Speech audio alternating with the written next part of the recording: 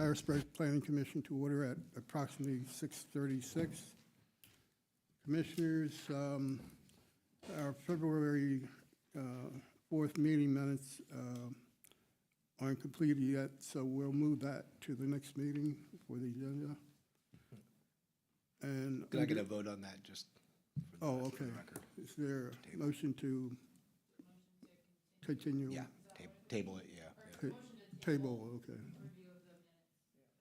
Is there a second? Been moved and second to table the minutes to the March meeting. Under old business. All in favor? Geez, I'll get there. I'm not used to moving the minutes. Motion, all those in favor? Aye. Opposed, abstentions, motion carried. Under old business, Jeff, you want to just tell them that why we're going to move it, continue it then? Sure. So at last month's meeting, commissioners asked for like a crosswalk document showing like kind of comparison between the existing regulations and proposed regulations for the signage chapter. And due to the IT issues we were experiencing last week, I just wasn't able to get around to doing that. So I definitely want to have that done for you, so you're able to do a full analysis of the changes, and so the council commissioners know what they're voting on to send to council. And I know also commissioners were hoping to hear from everybody, and Commissioner Vincent and Commissioner McKissick were not at last month's meeting, and while Commissioner McKissick is here, Commissioner Vincent is not. So I would recommend a table to next month, and hopefully everyone will be here, and I'll be able to have the document to you to provide more clarity. Okay, I agree with them. Can I get a motion on that? So moved. Is there a second? I'll second. Been moved and second to continue the zoning amendments until the next meeting. All those in favor state by saying aye. Aye. Opposed, abstentions, motion carried. You used to say dog ate my homework. Now it's city IT. Well, I think it was a computer bug ate my homework. Yeah, the IT. Under new business, this is a special exception application for 1100 North 17th Street. It's zone RM, and it's spelled by Mu Hangen, probably pronounced it, Inc., and it's to establish a place of worship used at the subject property. Yeah, so the commissioners may remember this one. I believe it was first discussed or reviewed in September, October of last year. What ended up happening is zoning hearing board meeting, the zoning hearing board at the following meeting, to the commissioners taking action, noted that the applicant did not have legal standing for one of the properties that was going to be providing the off-street parking, and they had asked for that. And due to some, I think, miscommunication between myself and the applicant, they weren't able to get that and did not show up at the meeting. So without a continuance request, the zoning hearing board was kind of forced to deny the application. The issue is exactly the same. So they denied the application, which caused them to have to resubmit a new application to establish the place of worship use at 1100 North 17th Street. So the case is the exact same, and I anticipate, a similar determination by the commissioners, and with the applicant providing more documentation regarding the legal standing, it should be able to be heard by the zoning hearing board. But just to do a quick overview, the applicant is proposing to establish a place of worship use at the subject property, which requires the zoning hearing board approval of a special exception for the proposed use per section 7-305.7 of the zoning code. And again, the issue is related to the use and not to the off-street parking, but in order to demonstrate that they had sufficient off-street parking to meet the requirements of the zoning code, they just were lacking ownership document or document tying them to ownership of one of the properties that comprises the accessory parking. So with that being said, the Planning Bureau staff was recommending and is recommending the request be approved with the following conditions. New wall signage as proposed by the applicant will be limited to 4 square feet and must otherwise be in conformance with the applicable zoning regulations, or a separate zoning relief application will need to be approved by the zoning hearing board. The Plan Bureau staff recommends the request be approved for the following reasons. The property has experienced an extended period of vacancy of 7 years and previously accommodated a different nonconforming use, a child care center on site. As such, there is support for the allowance of a nonconforming use so that the building can be actively occupied. The project use is a fairly low-intensity use, which should be compatible with the surrounding residential neighborhood and should not create adverse impacts for residents. And finally, the applicant has committed to building and site improvements that will improve the aesthetics of the property, ensure their compatibility with the surrounding neighborhood, and increase their conformance with the zoning code. Okay, thank you, Jeff. Could you state your name, address, and relationship to the project? I'm the director of the project. And my name is Abdul Larry. Okay, and your address? 1719 Walnut Street, Harrisburg, PA, Okay. 17103. You heard the staff report, and are you acceptable of the one condition? Yeah. Okay. Did you want to add anything to the report, or? I guess not. Okay, Yeah. all right. With that, commissioners, I see it being pretty straightforward since we heard it last time. And I'll start with Commissioner McKenzie if you have any concerns. I just have one question for Jeff. And I must be losing. I see in here that you're listing this as riverfront RM zoning? Mistake. That might have been a mistake in the document. On the first page, it says. It's item 1 there under special exception requirements. Yeah, it's in the RM zoning. I just want to be sure that I didn't miss a meeting. You moved everything. Change the zoning, yeah. Okay. Commissioner O'Toole. Jeffrey, this is the same report as last time. Last time was just one condition. Correct. And obviously, they've corrected the standing issue regarding the parking. I believe so, yes. Yeah, it doesn't matter. Commissioner Reed, I have no questions. Commissioner Nerd, No questions or issues either. Probably have the same opinion that I did at the last time we heard this application. Thank you. I'll go to the public. If they're for or against this project, please stand and state your name and address. We'll start to my left, the middle, and two people to my right. Okay. With that, Commissioners, could I get a motion? Motion to approve with condition. Is there a second? It's been moved and second to approve this project with the one condition. All those in favor state by saying aye. Aye. And opposed and abstentions. Motion carried. Good luck. All right. Thank you very much.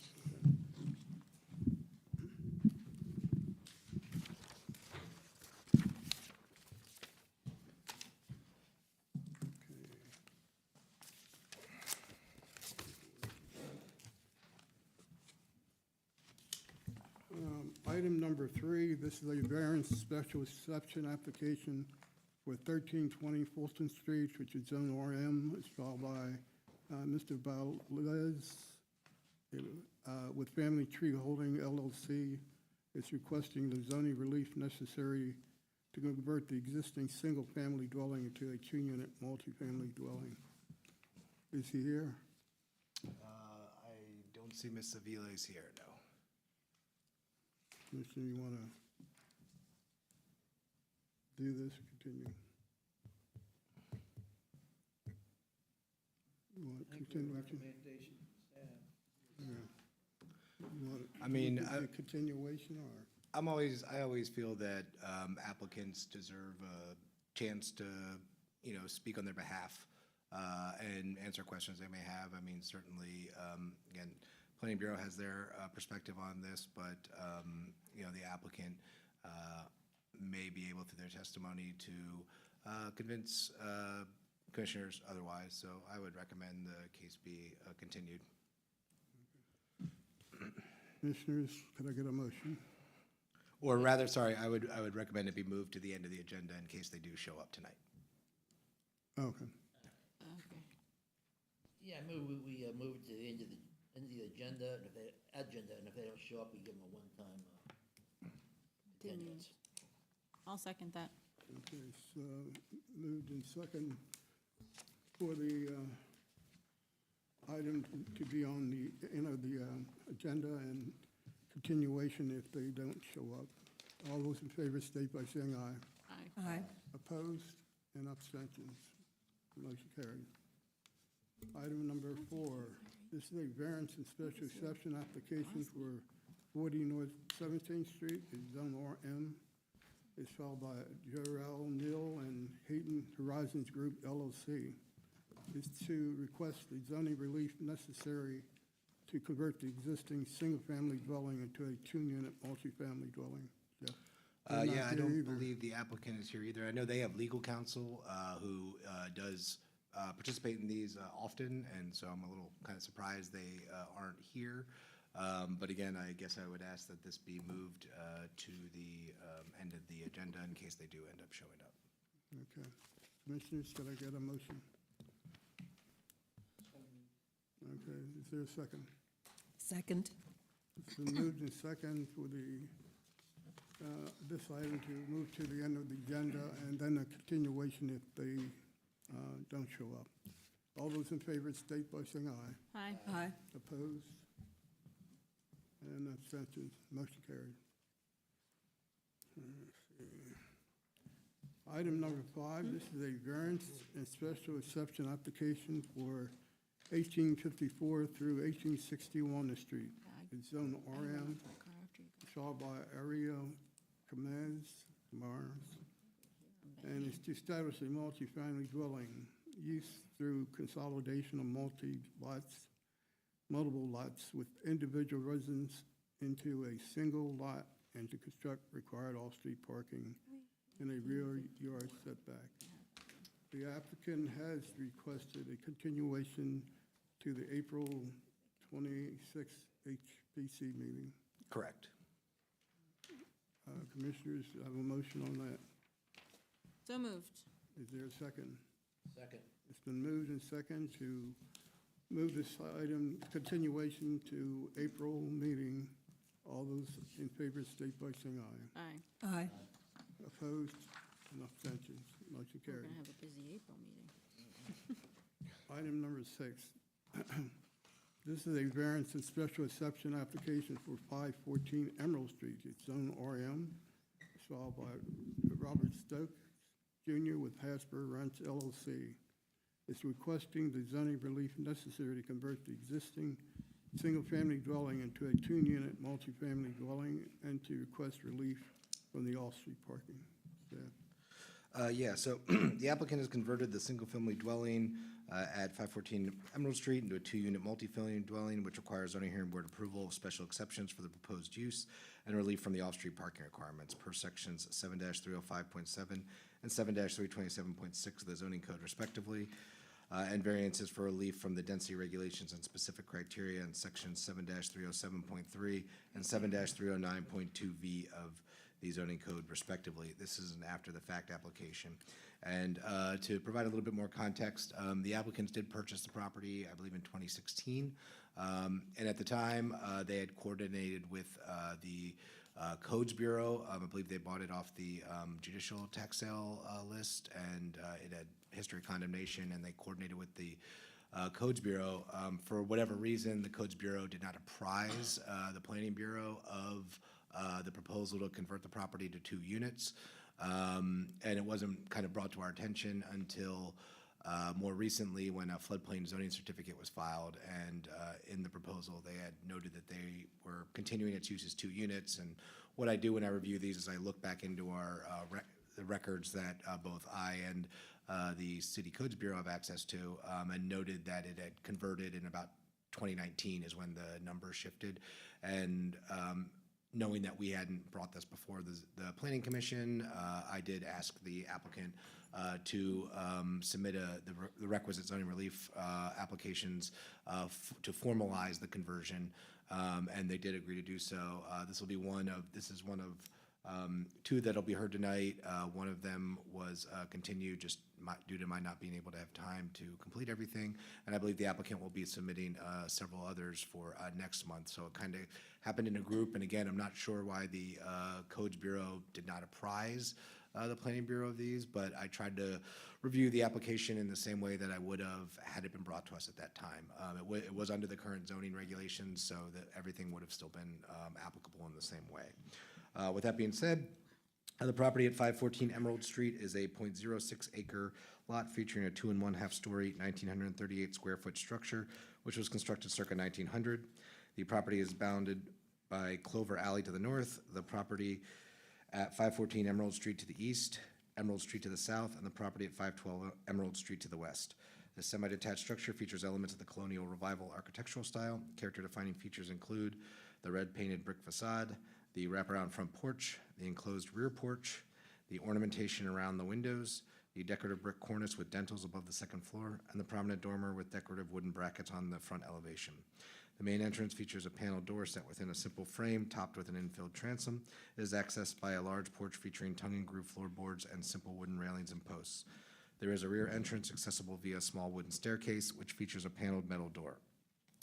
Fenestration features windows in a variety of sizes, shapes, pane configurations, and settings. Most windows appear to be 1/1. The front facade features side-by-side single-hung windows topped with an arched stained glass transom and an arched brick header on the first floor. The third floor features a similar window with an arched brick header. Otherwise, most of the other windows feature wooden sills and splayed brick headers.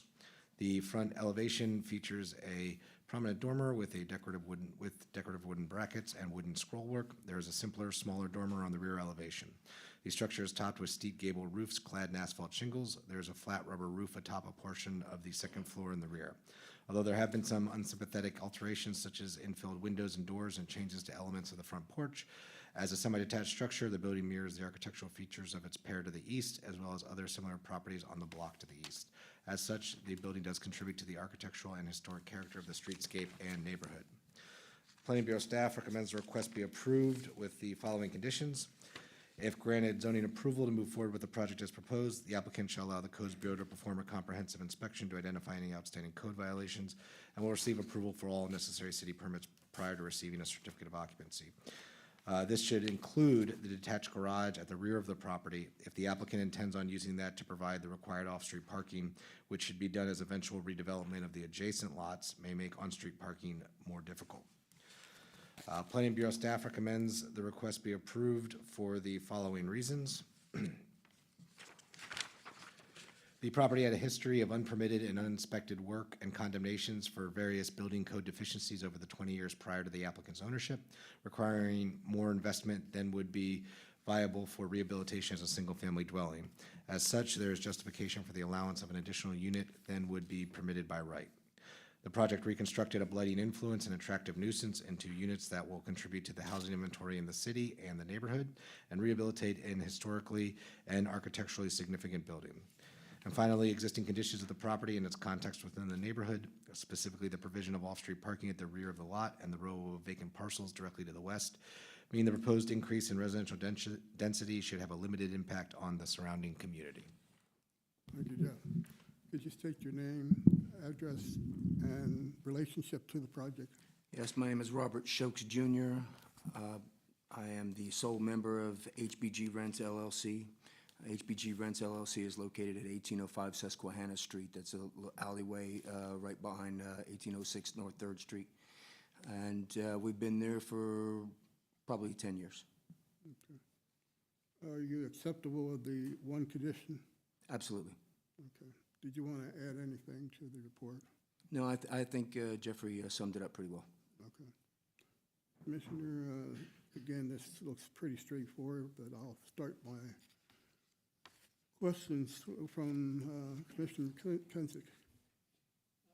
Yeah, I just want to clarify, if you look at the graphics here, this is half of a duplex, right? Yes, it is.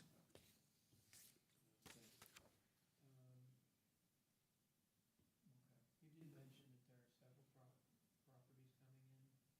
I didn't, we don't have any pending developments. There are 4 lots to the west of this property are owned by HRA. So there's a potential for future development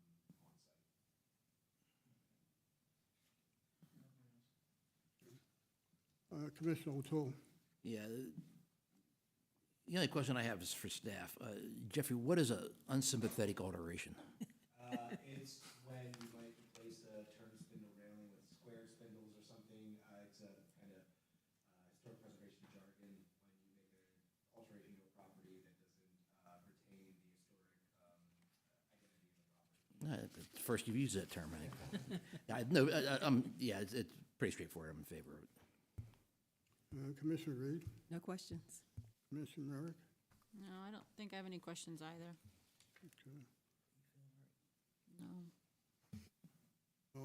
Go to the public. Is anyone for or against this project? Oh, I'll get to you. I'll get to you. Okay. You're getting ahead of me. And I'll go to my left. There's no one. And I'll go to the center. State your name. It's not concerning this, but I'm just curious. Please state your name and address. Oh, I'm sorry. Kathy Carmen. I live at 1931 State Street, Okay. but I own property at 401, 403 Lynn Street. Okay, so my question is this. They're taking these old houses, and instead of fixing them up and selling them, they're just tearing them up and putting apartments in. How does that fit with, like, your historic district and everything? I mean, because once you start, what I've noticed, once you start putting the apartments in, sure, you might be renting to one people, one in the bottom, one in the top. But then, what I notice is they're moving other people in. So you just don't have, you know, the two rentals, but then you've got a whole collateral of people in and out, cars here, cars there. Well, so with respect to this process, it's designed to formalize any conversion. And every decision, every case is specific to the property and the conditions, and it's non-precedential. So they would, you know, the applicants would need to demonstrate that there is a hardship for a particular property. And in a lot of cases, a lengthy period of vacancy or deterioration of a property requires a significant amount of investment into that property, whereby it may be such to such an extent that it's likely nobody would buy it and fix it up as a single-family dwelling, and therefore it would continue to deteriorate. So it allows the viable reuse. This doesn't necessarily apply to all properties. If a property is in good shape and somebody buys it and wants to convert it, there probably is less of a justification for doing so. So you're saying because it couldn't be sold, it was that bad a shape? It had a 20-year history of condemnations due to various aspects. Yeah. Okay. I'm going to cut this off. Is there a question in regard to this property and this application? No, it's just a general. Okay. Okay. I got to cut this off because Sure. we're concerned with this property. Yours are general. You probably can get more of an answer from the city council for your, any other answers, but we're definitely the planning commission who goes by these regulations. Okay. I'm happy to discuss this after. Yeah, and I'll see if it's owner. Okay. All right. Is there anyone else, any concerns from my right? Okay. With that, commissioners, could I get a motion? If I could ask one more question. Okay. Oh, no problem. Now, we're looking to provide a special use exception, or are we giving a full variance on that? So it would be a special exception both for the use and the relief from the off-street parking, because it's a little unclear whether the garage in the back can accommodate two vehicles. The property is 20 feet wide, but, you know, with, which would be able to normally accommodate two 9-foot wide parking spaces, but you do have the walls of the garage, so maybe it's not possible to get both in there. So I want to make sure I don't create an issue where we give a partial, you know, approval of zoning relief necessary to do what the applicant wants to do. And then there's the variances based on the lot area and the size of the building.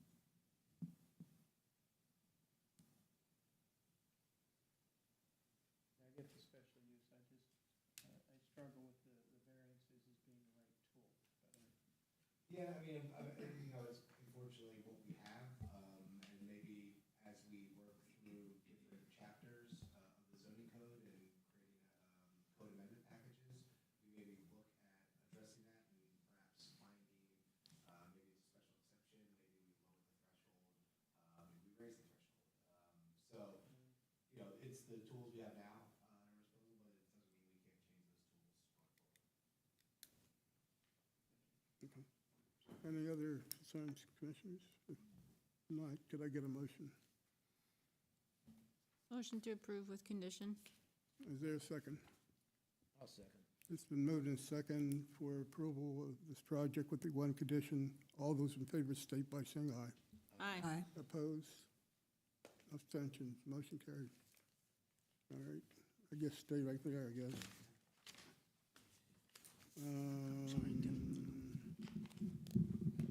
Item number 7. This is a variance and special exception application for 1923 State Street. It's zone RM. Again, it's filed by Robert how do you say your last name? Stokes Jr. with Harrisburg Rents.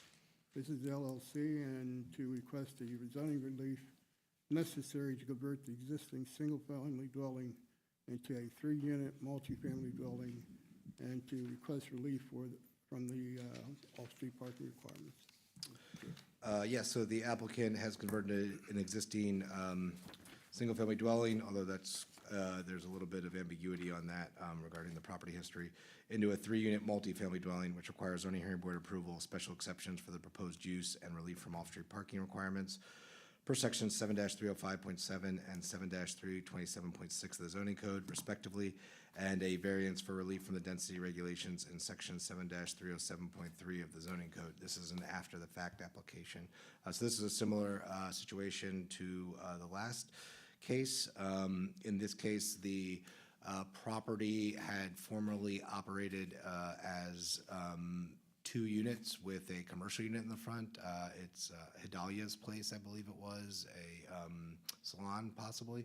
But that use had vacated the property, I think, around like 2010.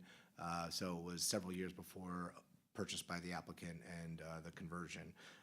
So that's why the variance for relief from the specific criteria was not used. There was actually there was actually 2 units and a kind of commercial unit, although the commercial unit had been abandoned. So it went down to just the 2 units. The property at 1923 State Street is a .03 acre lot featuring a 3-story, 2,760 square foot structure, which was constructed circa 1900. Property is bounded by State Street to the north, Lynn Street to the east, and the property at 1922 Walnut Street to the south and west. This detached structure features elements of the Queen Anne architectural style. Character-defining features include the varying wooden facade treatments, including wooden shingles and both horizontal and vertical wooden siding, the full-width front porch, the partially infilled picture window on the front elevation, the side and rear porches, the substantial cornices featuring large brackets above the first and second floors, and the prominent A-frame dormers around the 3rd floor mansard roof on the front and side elevations. The main entrance features a paneled wooden door with a half-view pane featuring a divided light muttons and a diamond pattern, flanked by fluted pilasters that extend to a cornice and fronted by a storm door. It is accessed by an elevated concrete porch featuring decorative metal railings. There are 2 entrances on the side and 1 in the rear, featuring paneled metal doors accessible via concrete patios of varying sizes. The side entrances are sheltered by awnings, and the rear entrance is sheltered by the 2nd floor deck. Fenestration features windows in a variety of sizes and settings, although most appear to be in a 1/1 configuration. The windows in the side dormers are arranged in a Palladian configuration. The front elevation features a large plate glass window. Several of the windows have either been infilled partially or completely. The front and side elevations feature a mansard roof clad in real slate shingles, and the building is otherwise topped with flat rubber roofs. There are small strips of grass along the front and side of the property and a small yard in the rear. Although it is a detached property which features unsympathetic alterations such as infilled windows and modern doors, the structure mirrors architectural features of other nearby buildings and generally reflects the massing and design of other properties in the surrounding neighborhood. As such, the building does contribute to the architectural and historic character of the streetscape and neighborhood. The Planning Bureau staff recommends the request be approved with the following conditions. If granted zoning approval to move forward with the project as proposed, the applicant shall allow the Codes Bureau to perform a comprehensive inspection to identify any outstanding code violations. The Bureau notes an eviction notice was posted on February 23rd, 2026, and will receive approval for all necessary city permits prior to receiving a certificate of occupancy. Planning Bureau staff recommends the request be approved for the following reasons. While the circumstances surrounding the conversion indicate a significant disconnect between the existing conditions and presumed reuse allowances, it appears that property may have been functioning as a two-unit multifamily dwelling, with a former owner occupying one of the units, and thus proposal for expansion to 3 units may have only required 3 special exceptions as opposed to a variance and 2 special exceptions. In contrast to other such conversions, the structure itself is large enough for a by right conversion to 3 units, thus reducing the amount and intensity of zoning relief and providing some justification for the current request. And finally, as a corner lot, the property has enough frontage along both State and Lynn Streets to reasonably accommodate the 4 off-street parking spaces required for the use. There is also significant on-street parking located along Reservoir Park, a block to the south. Okay. Thank you, Jeff. Again, we can just introduce yourself again for the minutes. Yes, I'm Robert Shokes Jr. I am the sole member of HBG Rents LLC. HBG Rents LLC is located at 1805 Susquehanna Street in Harrisburg for the last 10 years. Once again, are you acceptable of the conditions? Yes, sir. Okay. Yeah, my initial concern was about parking, because again, the State Street being the busy street, but you're saying there's enough space around the house and so forth. Yeah, again, it's a corner lot, and I did measure the frontage along Lynn Street. There's a space for 3 on-street parking spaces there. There's space in front of the property along State Street. And then as noted, there is parking along Reservoir Park, a block to the south. With that, Commissioner, that's my only concern at the time. Commissioner McKenzie, got any concerns or questions? I guess, I'm just trying to understand how, it looks like we've got quite a pattern of after-the-fact approvals here tonight with this applicant. Yeah, I mean. That gives me, I can see one situation, but how many times did the city screw up and not provide? I can't believe in multiple years that the same claim can hold true. Yeah, so, again, I can't speak to why some of these things were not presented to the planning bureau. As commissioners are aware, when something comes across, I'm usually bringing it before you because I want to make sure everybody's following our regulations. I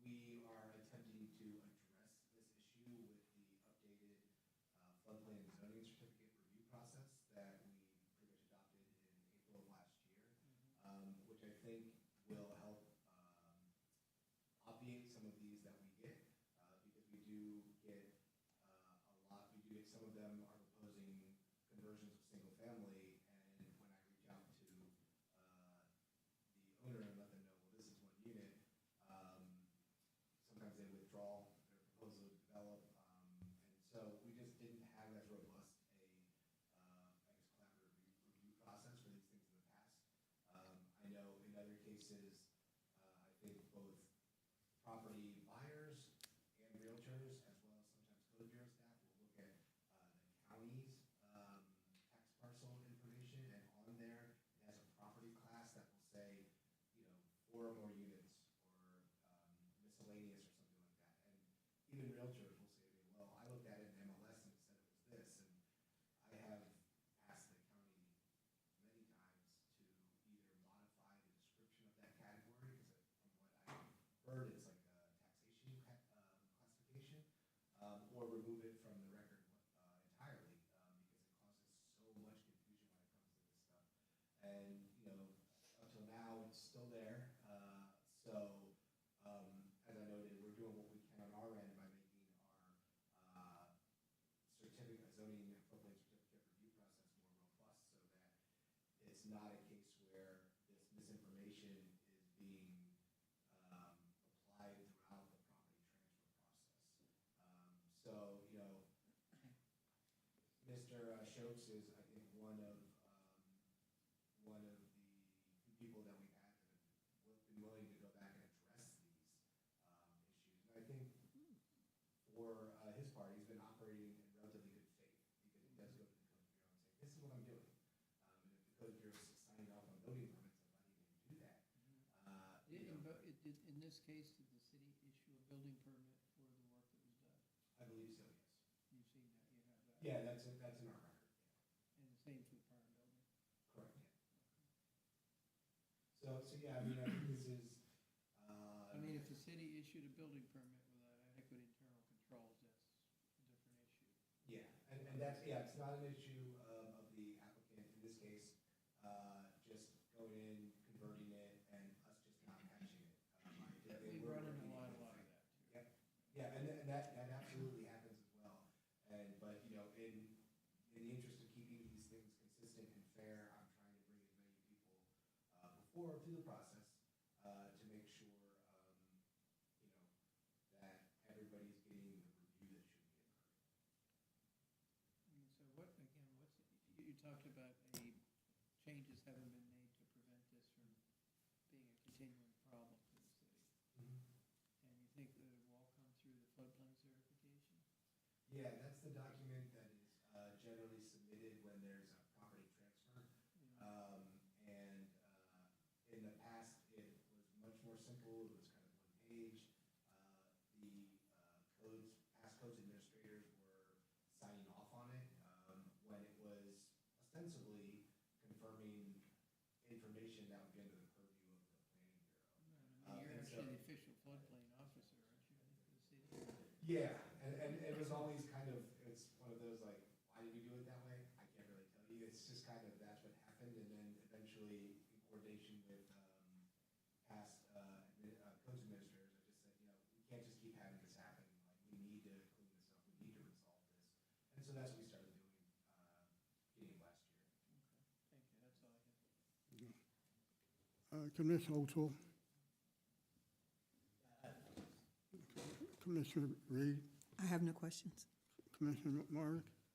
No, I don't have any questions about this application, but I appreciate Commissioner McKissick's questions about the general process and how we might be able to, you know, amend it or just better coordinate how to not have lapses like this happen. And it's not just the floodplain, it's not just the floodplain and zoning certificate. There are, you know, other databases that we reference that we are updating. We have a new system that will better track the information. It's more easily shareable. Right now, the codes bureau recommends MS-DOS format, which if you can recall using that, yeah, it's not always the most flexible. So, Who uses Having MS-DOS? floppy disk? What? it is, yeah. That doesn't die with Y2K? Yeah, So, like, so it is an issue that we're tackling on multiple fronts with the city, and a lot of times, you know, it's really challenging when you talk about migrating all of your information from one old system onto an entirely new system. That's like a multi-year process because it's not only bringing that information over and setting up this new format, this new system, but it's tying in all these other things like our mercantile permits now go through this process so that instead of a hard copy document being passed around from office to office, it's now a link that goes out that everybody can see when somebody's signing off on their portion of the project. And the applicant gets that email as well, saying like, this has been approved by this office or it's been denied by this office. So, yeah, it's, you know, again, it's something, it's probably a longstanding issue that various departments in the city are working on, and I think we're making a lot of progress towards it. Yeah, my familiarity in some other municipalities in Pennsylvania is they require a land use application for everything from a fence to a sign to setting up a temporary trailer in the backyard to doing the construction. That no permit can be granted without that land use application, which is a one-page sheet of paper that has gone through the planning office. Would it be as simple as that? Yeah, and we do actually have something for that. So for something like a new sign or a fence or something, we do a building permit application. And that is submitted to the Code Bureau, but when they see it's a sign or a fence, they say, hey, that's a planning bureau thing, so that gets sent. Right, but up what to we're our- relying on the codes department versus Correct. coming in through planning and then allowing it to go out to. Yeah, and that's something that, again, the new system that we're working on implementing, which should be online sometime this year, is meant to fix. Once it gets entered into the system is, will note, hey, this isn't a historic district or it's in a floodplain, and will send out an email to the responsible department to address that. So, yeah, when you're relying on everything in hard copy and just the institutional knowledge of staff to know this goes here and that goes there, that can be really challenging. So these new automated systems should help with this. And I'm only asking for road edification. I don't want it to sound like it's an incrimination of you personally. We've been working with 3 missing positions in your department for how long now? Oh, we only have one, actually. Oh, one now? No, it's inexcusable. Yeah, no excuse. Okay, thank you. Commissioner O'Toole. We went out there. Look for a motion. I was being bad again. Oh, okay. Okay. That was my fault. Motion to approve. Second. It's been moved and second to approve the project with the conditions. All those in favor state by saying aye. Aye. Aye. Okay, I think one more for you, sir. Yeah, the next one was continued. Continue. Okay. I'll just read into the minutes, okay. Number 8 is a variance and special exception application for 923 North 18th Street, a zone MD by Mr. Schultz and with Harrisburg Rents LLC, and it's to request zoning relief necessary to convert the existing single-family dwelling into a 6-unit multifamily dwelling, and then to request relief from the off-street parking. The applicant has requested a continuance to the April 26th meeting, 2026 meeting. Could I get a motion on that, Commissioners? So moved. Is there a second? Second. It's been moved and second to continue this project to the April meeting. All those in favor, state by saying aye. Aye. Opposed? Okay, abstention. Thank you, Mr. Schultz. Thank you. Okay, let's see, where am I now? This is a variance and special exception application for 1637 and 1637.5 North Third Street. It's Zone RM.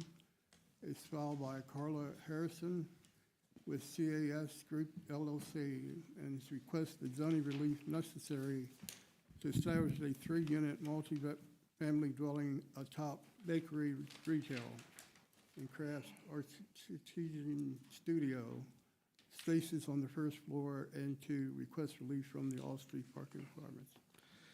Okay, so the applicant is proposing to consolidate the existing properties into a mixed-use building with 3 apartments atop a retail bakery and crafts or artisan studio spaces, which requires zoning hearing board approval of special exceptions for the proposed multifamily dwelling use and relief from the off-street parking requirements per section 7-305.7 and 7-307.6 of the zoning code respectively, and variances for relief from the density regulations and specific criteria in sections 7-307.3 and 7-309.2V of the zoning code respectively.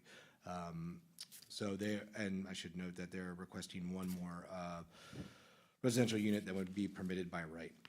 The properties at 1637 and 1637.5 North Third Street total .07 acres and feature a 3-story, 2,005 square foot structure and a 2-story, 876 square foot structure, which were both constructed in 1920. Properties are bounded by the property at 1639 North Third Street to the north, property at 309 Hamilton Street to the east, the property at 1635 North Third Street to the south, and North Third Street to the west. These detached structures feature elements of the Second Empire architectural style.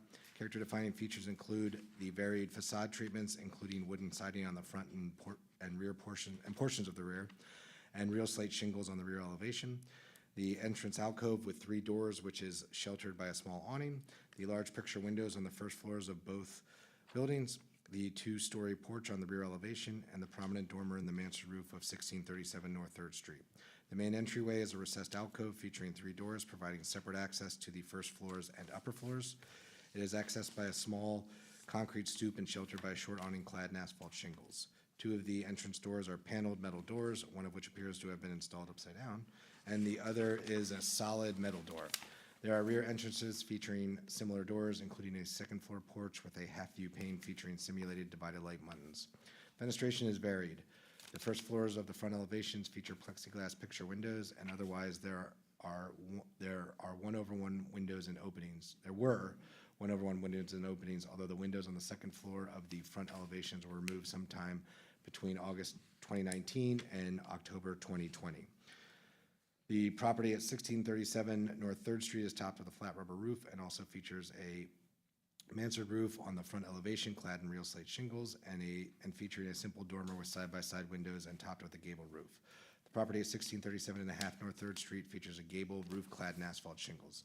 Property is unique in that each building shares features with the other and shares separate, distinct architectural features with the attached structures on either side.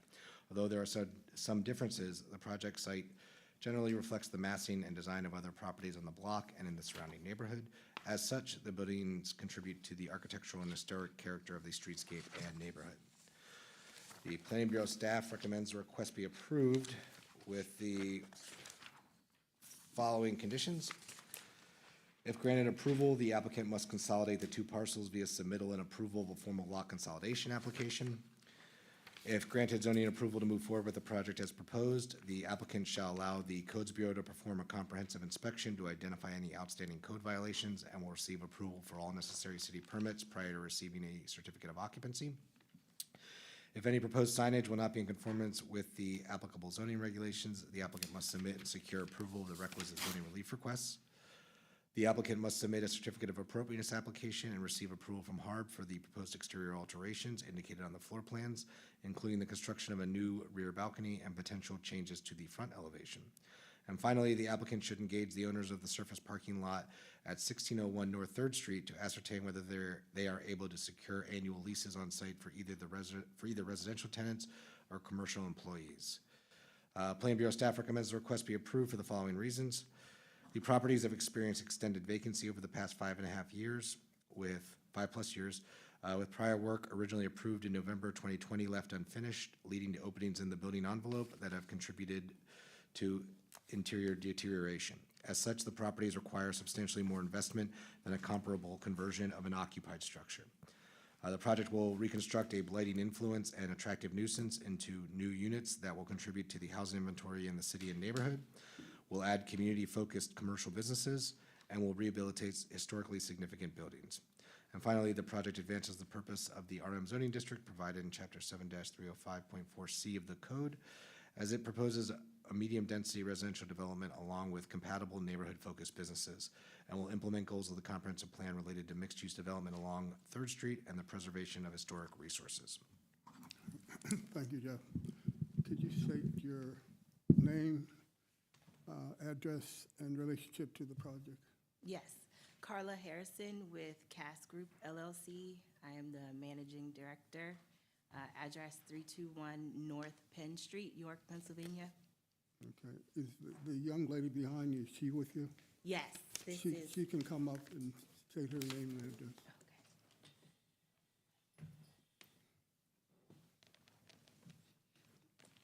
My name is Sandra Harrison.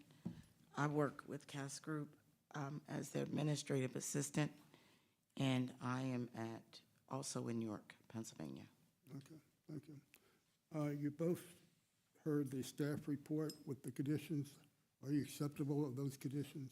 Yes. Okay. Again, one of my concerns, again, with the parking, Jeff, I know you explained some of that in there, but the major thing is if you could get someone a parking space near you and get a lease for your parking, because Third Street is very congested, and you're adding more cars to that area, so if you could do that possibly, I don't know, there's a lot nearby that you might talk to the owners about leasing those spaces or not. And the reason I mentioned 1601 North Third Street was, that was a lot where the developers of nearby properties on North Third Street, where the community garden is, and behind fronting Logan Street. If you recall, that was going to be 12 units atop a community center with 8 single-family dwellings on the backside along Logan Street. They had secured, I believe, 10 spaces in the lot at 1601 North Third Street there at the corner of, I think, Harris and Third, which I think is now owned by Hack. So that is why I made the recommendation they look there, because we know that they were willing to do these spaces in the past. It's the closest of our service parking lot. Okay.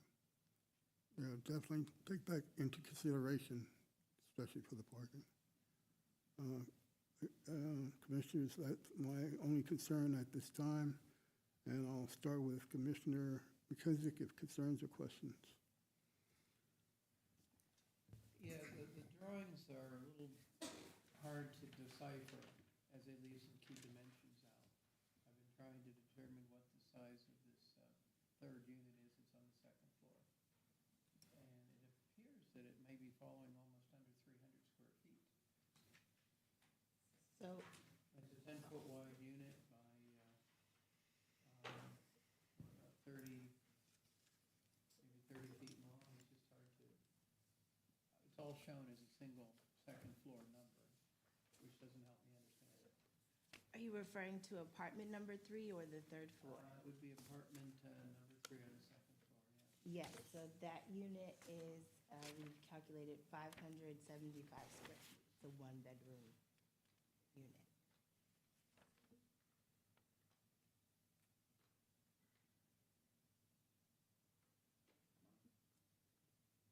I'll trust you, I struggle to see that square footage in here, but, how about apartment number 2? Apartment number 2 is a duplex that was 1,054 square feet, so across the 2 levels.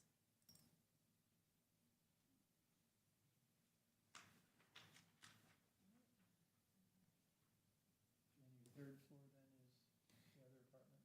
That is a part of apartment number 2. So there's a access to the stairs from the second floor. Okay, I'm trying to find the 3 apartments there. The 3 apartments, you're Yeah. saying? So there You are talked about 2, there being an art studio and yes. a bakery on the first floor. What are the 3 units? So there are 2 one-bedroom apartments on the second level. And then also on the second level in apartment 2 is the living room and kitchen area. And on the third floor is the bedroom area for apartment 2.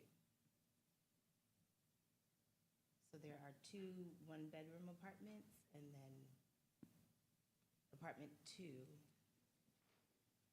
is the duplex apartment.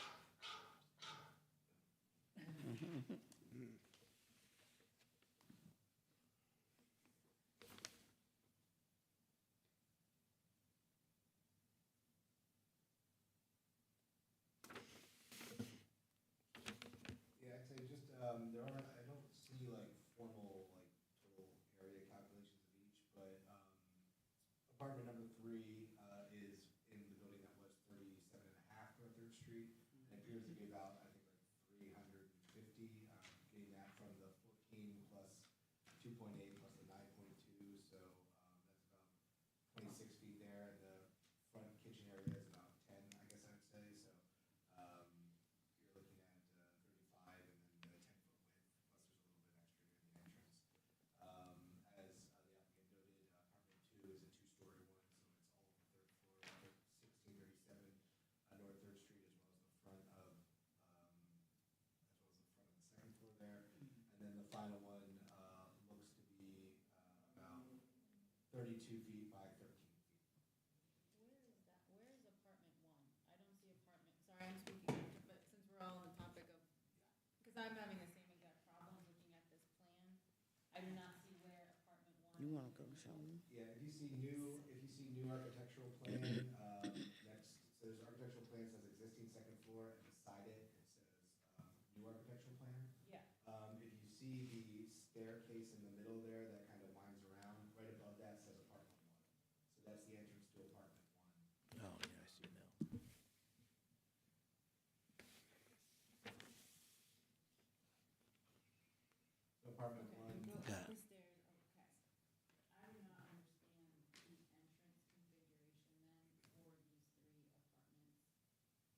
there are three, there at the front of the building, there are three exterior doors.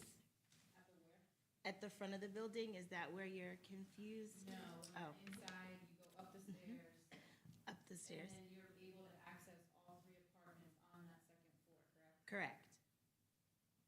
It almost looks like people are walking through each other's But apartments to get. I don't see how apartment 2 can get to their bedroom without going into apartment 1. So there's a common corridor as soon as you walk up the steps. So the door to apartment 1 is to your left. The door to apartment 2 is down the hall some, and then the door to apartment 3 is around on the other side of the stairwell. Yeah, if you're looking at the numbers on that second floor plan there, you see the 17 in the circle, that looks like the entrance to apartment 1. Where the 22 is, that would be the entrance to apartment 2. Yep. That would be the kitchen and living room, and then towards the front of the building is that stairway that goes up to the third floor, and that's where the living environment is. And then at the top of the stairs, if you take a right, that's where the entrance to apartment 3 is. But this winder stair that's out here, it doesn't go to the upper floor. Where's that, what does that staircase do? It does. So as soon as you walk into the entrance from the outside, it goes up and then curves around. And that's where you have that common corridor with the 3 entrances to the apartment. Yeah, and then that front stairwell, you can see with the straight line heading up, as you look at the plans, that is accessed from the living dining space right to the right there, you see. And that goes up to the Correct. third floor. Yeah, but if you look at the third floor plan, where does the stair No, come that up? doesn't line up, Jeff. The staircases don't line up. The staircase on the The third floor, staircase- it definitely, well, It's inside of apartment 2. Right, but in apartment 2, you have the staircase going up at the front of the building, whereas on the third floor plan, the staircase is in the center, in the hallway, which would coincide with that middle staircase in the second floor hallway.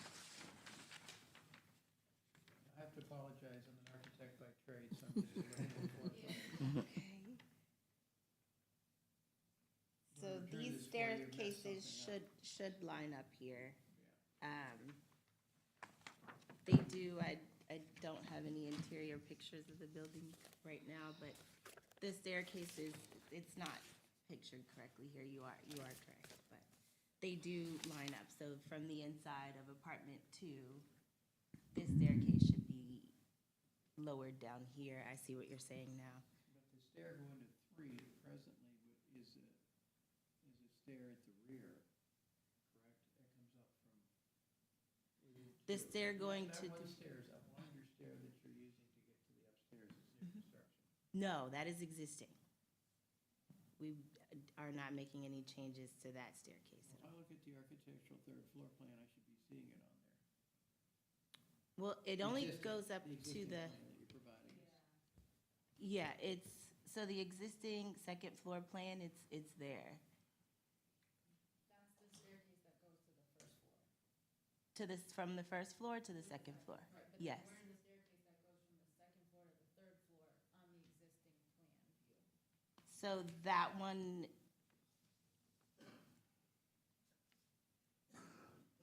is not an existing staircase. That one is where that's the new staircase that we're constructing in apartment 2.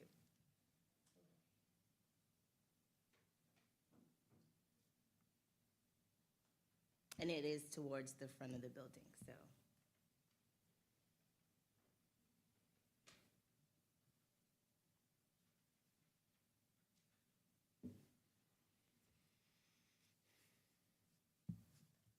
I see some code problems here, but we'll leave that to the code office.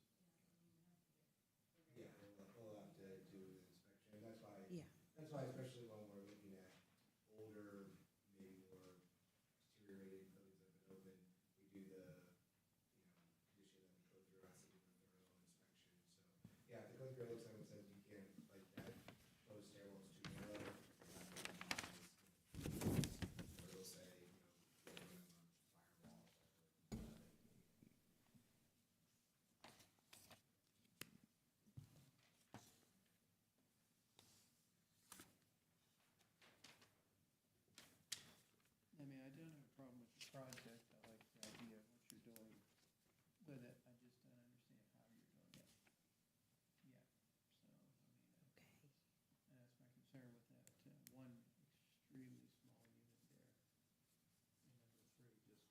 what's our minimum habitable unit size?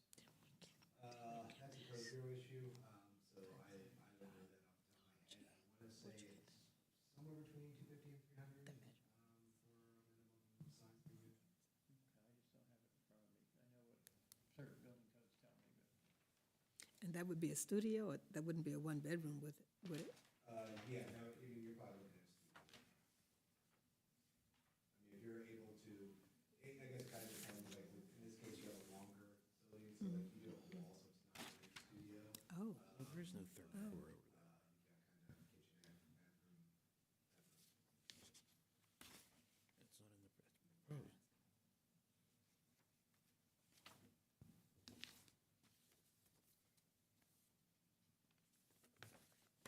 Yeah, there is, the first two units do not have, washer or dryer. There will be stackable washer and dryers, yes. In all the units. Because I'm looking at the laundry and utility room in the hallway on the third floor. It looks like Correct. that's drawn as a shared. Oh, no, no, no. There's no access to that third floor besides Right, 'cause if it's, from the inside of apartment. definition at some point becomes like co-living or some other sort of a beast. Oh, then- absolutely. Then No. it's three separate apartments. And we're all, and the planning bureau is definitely, very, cognizant of that stuff, because we do get a lot of conversions or moving houses and stuff like that. So we always try to make sure everything that is classified as a unit has a bedroom, a kitchen, and a bathroom.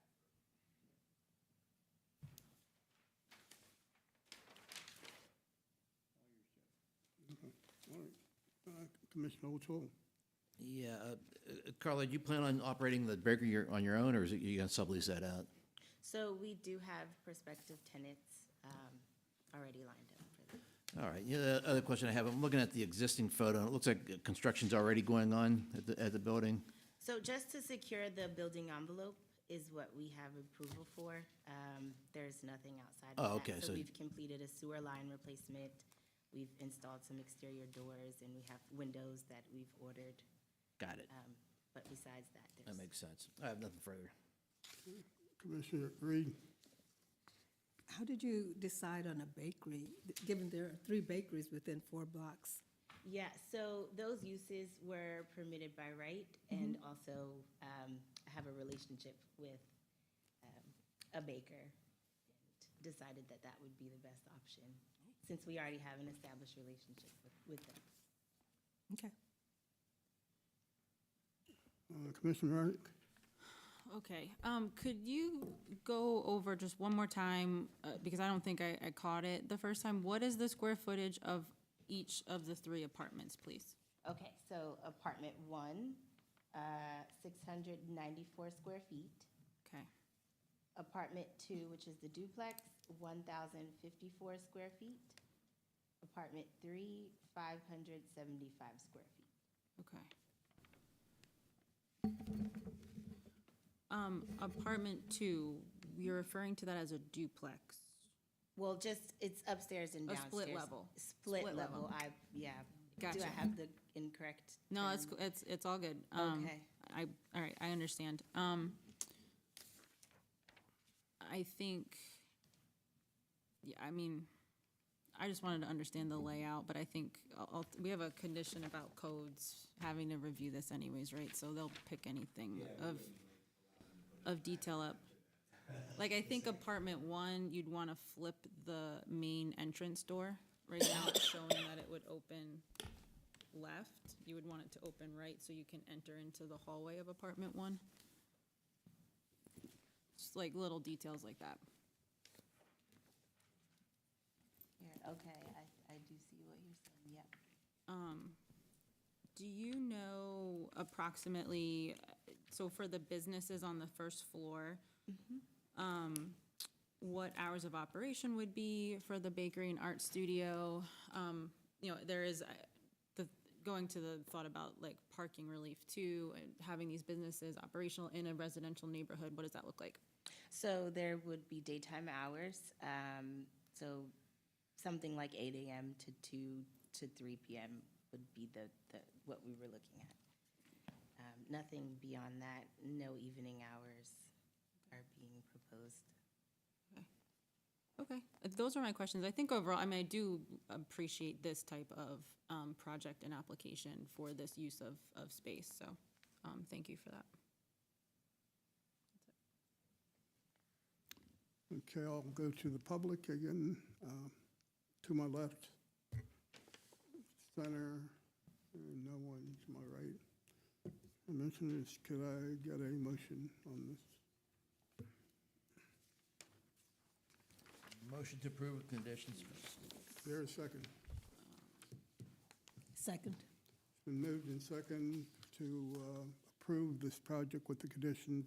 All those in favor state by saying aye. Aye. Aye. Opposed? No. And one no, and abstentions, no extensions. Motion carried. Good luck. Thank you. Yeah.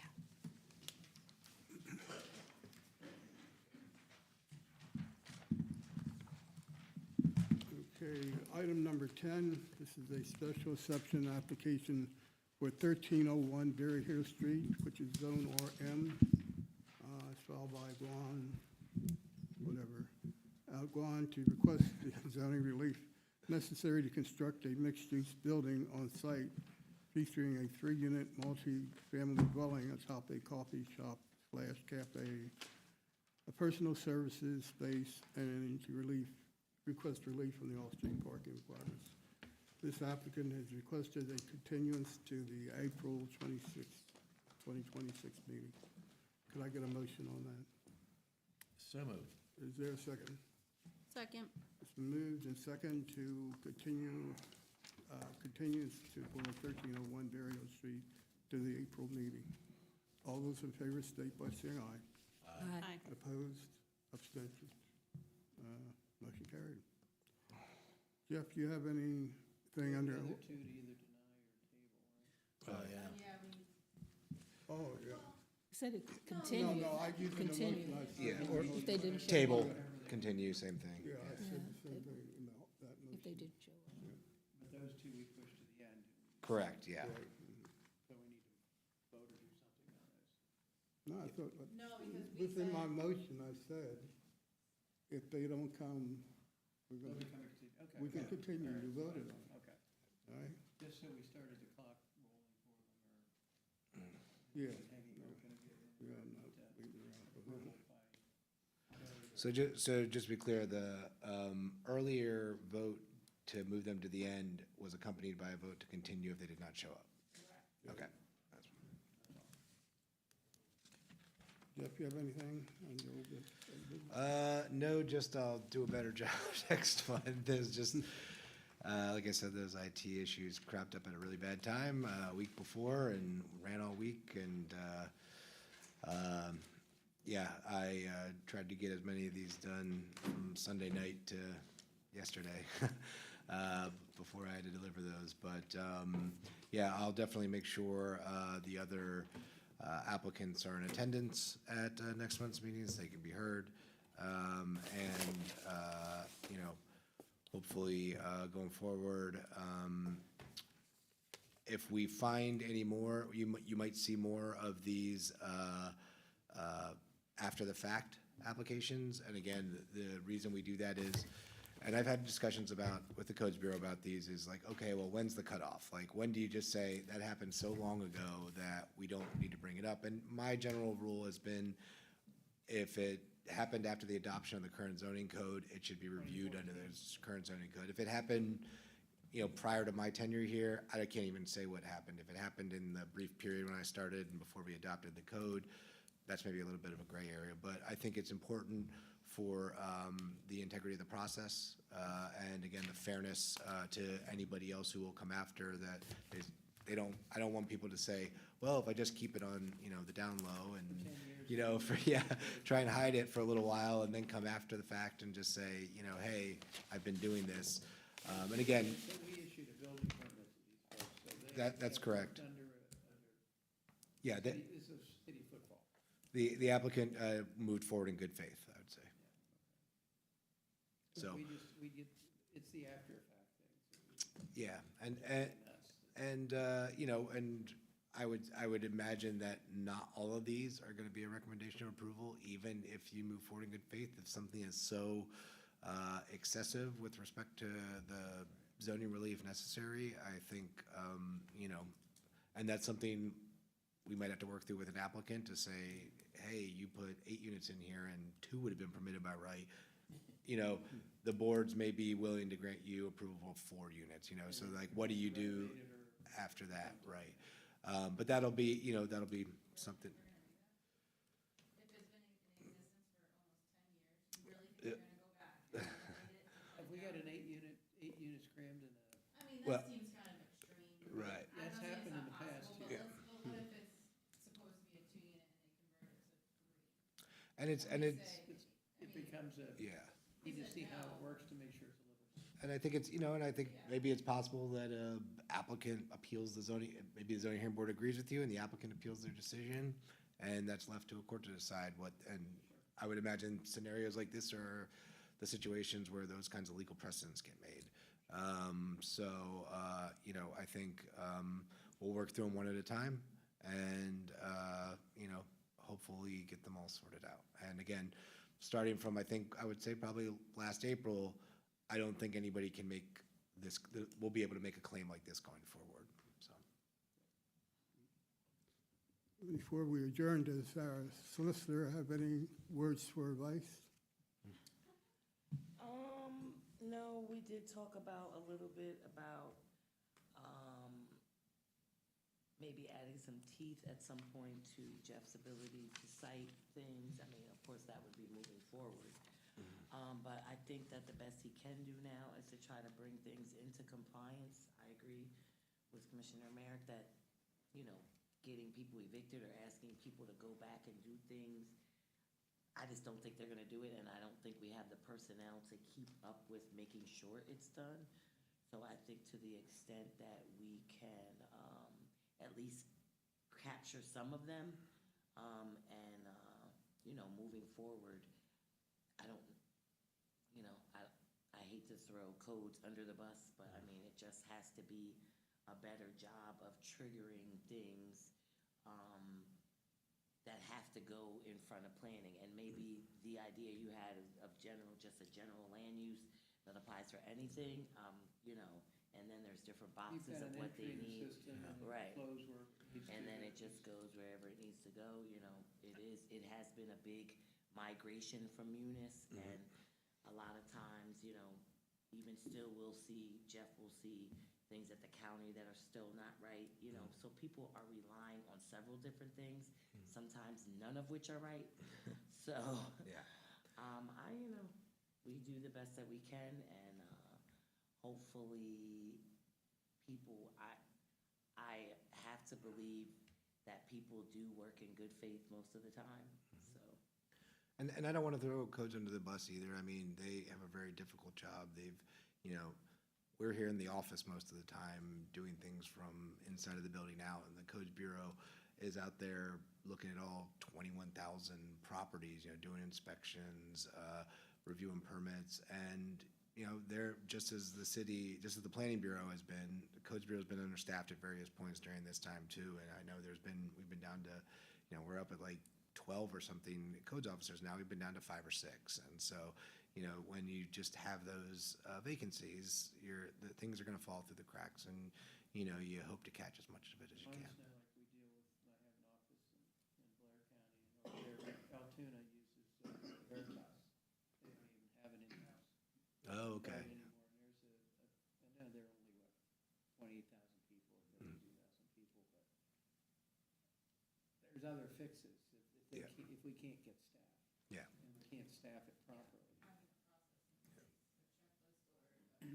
Well, I'm saying, even using a third party, as many places do, you know. Well, again, I And do. that gets out of control too, if you're out in Sotero Township or Right. Paxton. I had one project recently, it was 114 days Mhm. for them to send us the initial code review. Yeah. 114 days. And you That know, was a third party. yeah. I do think, and I do think, you know, when you have a third party, because we've looked at that maybe in the past when, for our historic preservation reviews, for example, and it's just like, that can get expensive fast, because you're getting, do you direct every question or just every building permit? And, you know, the coordination that requires for something outside of the building that's time of staff that's in the building to just handle the Well, and coordination, so. The unfortunate thing when they've gone to the third party is we're putting a retainer down Yeah. and paying for the whole review as the developer. And that may be, rather than put it upon all the citizens, Mhm. because the person who's doing development is making a profit motive most likely, Right. somewhere. Mhm. I know most recently in codes, we scaled back from third parties to going back to in-house Yeah. more often, just what's been more cost effective, so, And again, I mean, it's for the end user, yeah, yeah, it's out of control. yeah. But And I if we think we can't had get a the lot staff and we're there doing was, this, there you know. got to be a lot of oversight issues or non-oversight issues of the third parties, so. We brought Yeah. some things back in-house. And again, the digital improvements and the modernization we're gonna do, like, I would say it's not even just nibbling at the edges of, you know, making things more efficient. It's taking real substantive steps to, ensure kind of multiple layers of, you know, checking to make sure that, again, a physical permit doesn't just end up somewhere forgotten. It's there for everybody to see, so that you have that Venn diagram of various people overseeing a submission. And as we start using the systems more, and they get more integrated with the different departments, I think we'll, you know, catch a lot of these and make sure that these aren't going forward. Very good. Jeff, who's the gentleman? Is he, I don't know. okay, excuse me, could you? You're a student? Yeah, I go to Widener Law School. Okay. I'm taking a land use planning class. Came to the right place. Okay, with that, we just not used to anybody staying through our meetings, so I'm like, he's still here. Yeah, and this young lady too back here. He's going back to dropping the class tomorrow. With that, can I get a motion